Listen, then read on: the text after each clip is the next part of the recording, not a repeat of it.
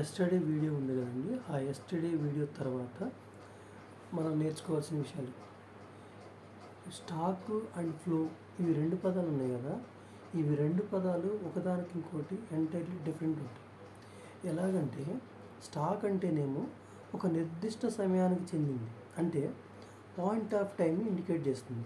ఇప్పుడు దీన్ని మనం ఎలా అర్థం చేసుకోవాలంటే 10 సంవత్సరాలు ఉందనుకో, ఒక 10 సంవత్సరాలు టైం. ఈ 10 సంవత్సరాల్లోని మనం సపోజ్ సంపాదన అయితేనేమో ఆ 10 సంవత్సరాల్లో మనం సంపాదించిన సంపాదనని స్టాక్గా చెప్పవచ్చు.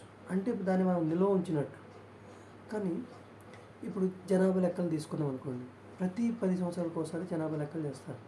ఈ 10 సంవత్సరాల్లోని, అంటే ఈ 10 సంవత్సరాల మొత్తంలోని జనాభా ఎంతమంది ఉన్నారని లెక్కేసేది స్టాక్ అవుతుంది. ఫర్ ఎగ్జాంపుల్, ఇప్పుడు ఈ పాయింట్ ఆఫ్ టైంని మెన్షన్ చేసే ఈ స్టాక్ సంపద అనేది ఇప్పుడు 5 సంవత్సరాలకు లేదా 6 సంవత్సరాలకు 4 సంవత్సరాలకు 3 సంవత్సరాలకు ఒక పర్టికులర్ టైంలో మనం ఎంతవరకు అయితే సంపాదించినో దాన్ని సంపదను కూడా స్టాక్ అంటాం. లేదా జనాభా ప్రతి 10 సంవత్సరాలకు ఒకసారి కాబట్టి ఈ 10 సంవత్సరాల మొత్తాన్ని స్టాక్గా చెప్తాం. అట్లాగే మన పొదుపు, ఈ 10 సంవత్సరాల్లో మనం ఎంతైతే పొదుపు చేసినామో అది. అట్లాగే ఈ 10 సంవత్సరాల్లో మనం 10 సంవత్సరాల్లో లేకపోతే 20 సంవత్సరాల్లో ఎంతైనా సరే పాయింట్ ఆఫ్ టైం, ఆ టైంలో మనం చేసిన అప్పులు, వీటన్నిటిని స్టాక్గా చెప్పవచ్చు. అయితే ఇక్కడ ఫ్లో, ఇంకో పదం ఫ్లో ఉంది కదా. ఫ్లో అంటే ప్రవాహం. ఇప్పుడు ఫ్లో అంటే ప్రవాహం అంటే ఇది మూవ్ అవుతూ ఉంటున్నట్టు, అంటే ఒక నియమిత కాలానికి సంబంధించింది. ఇప్పుడు నియమిత కాలానికి సంబంధించింది పీరియడ్ ఆఫ్ టైం. అంటే సపోజ్ 2023 నుంచి 24 వరకు నీ ఆదాయం ఎంత, లేదా ఇప్పుడు జనాభాని తీసుకున్నాం అనుకో, ఈ సంవత్సరంలో ఎంత జనాభా పెరిగింది, లేదా మనం తీసుకున్న అప్పు ఉందనుకో, ఆ అప్పు మీద ఈ సంవత్సరం ఎంత వడ్డీ పెరిగింది, లేదా ప్రతి నెల మనం చేసే పొదుపు, ఈ పొదుపును కూడా మనం ప్రవాహంగా చెప్పవచ్చు లేదా ఫ్లోగా చెప్పవచ్చు. అంటే ఇది ఎలా చెప్తామంటే పీరియడ్ ఆఫ్ టైంని చెప్తాం కదా. పీరియడ్ ఆఫ్ టైంని చెప్తాం కదా. ఒక సంవత్సరం నుండి మరో సంవత్సరానికి మధ్య కాలం, ఈ కాలాన్ని పీరియడ్ ఆఫ్ టైంగా చెప్పవచ్చు. ఇప్పుడు 2022 నుంచి 23 మధ్యలో ఉన్న జనాభా ఎంత అంటే ఆ కాలాన్ని మనం, ఆ కాలంలో జరిగిన జనాభా పెరుగుదలని ప్రవాహంగా చెప్పవచ్చు. అంటే ఆ టైంలోని, ఆ సంవత్సరంలోని ఎంతమంది జన్మించారు, అదే కదా జనాభా పెరుగుదల అంటే. ఎంతమంది జన్మించారు, ఆ జనాల సంఖ్యని ప్రవాహంగా చెప్పవచ్చు. ఇకపోతే మధ్యంతర వస్తువులు లేదా మాధ్యమిక వస్తువులు, వీటిని ఇంటర్మీడియట్ గూడ్స్ అంటారు. ఇప్పుడు ఉత్పత్తి ప్రక్రియలో పాల్గొని ఇతర వస్తువుల ఉత్పత్తికి దోహదపడే వస్తువులను మధ్యంతర వస్తువులు అంటారు. వీటిని ఉత్పత్తిదారుడు ఉపయోగిస్తాడు. జాతీయ ఆదాయ గణనలో వీటిని మనం లెక్కించాం. అంటే పూర్తిగా తయారు కాకుండా ఇంకా తయారీలోనే ఉండి ఉత్పత్తి ప్రక్రియలో వివిధ దశల్లో ఉన్న వస్తువులను మనం మాధ్యమిక వస్తువులు లేదా మధ్యంతర వస్తువులు అంటాం.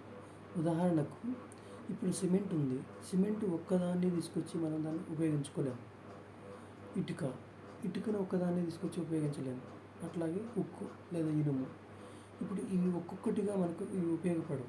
ఇప్పుడు ఇవి మూడింటిని తీసుకొచ్చినప్పుడు, అంటే మనం ఒక బిల్డింగ్ కట్టామనుకోండి, ఈ బిల్డింగ్ కట్టినప్పుడు ఈ మూడు ఉపయోగపడతాయి.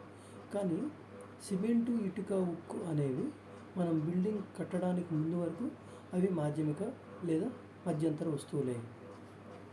ఇప్పుడు ఎప్పుడైతే మనం బిల్డింగ్ కడతామో అప్పుడు అవి అంతిమ వస్తువుగా లేదా వినియోగ వస్తువుగా బిల్డింగ్ తయారవుతుంది.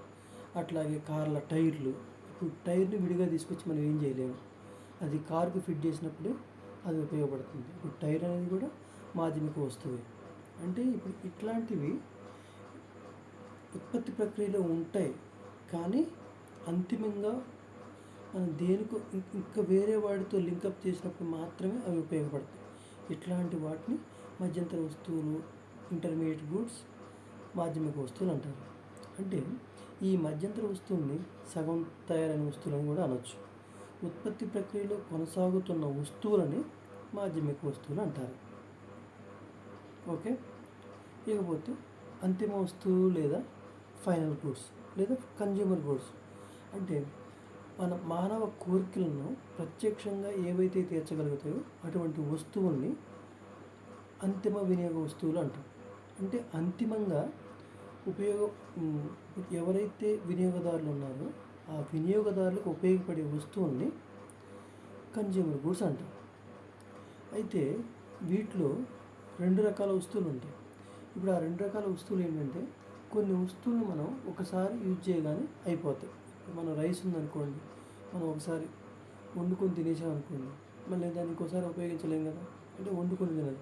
ఇప్పుడు పాలు తాగిన తర్వాత మళ్ళీ రిటర్న్ తాగు, అట్లాగే బిస్కెట్లు ఇవి ఒక్కసారి ఉపయోగిస్తాం. కానీ మనం వేసుకునే బట్టలు కానీ, ఇంట్లో వాడే ఫ్రిడ్జ్, కారు, బైక్ ఇవన్నీ కొంతకాలం వరకు ఉపయోగిస్తాం. ఇట్లా కొంతకాలం వరకు ఉపయోగంలో ఉన్న వస్తువులనేమో మన్నిక గల వస్తువులు అంటారు. వీటిని మన్నిక గల వస్తువులు అంటాం.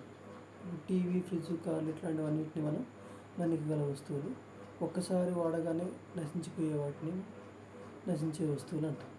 ఇవి ఫైనల్గా వీటిని మనం అంతిమ వస్తువులుగా చెప్పవచ్చు.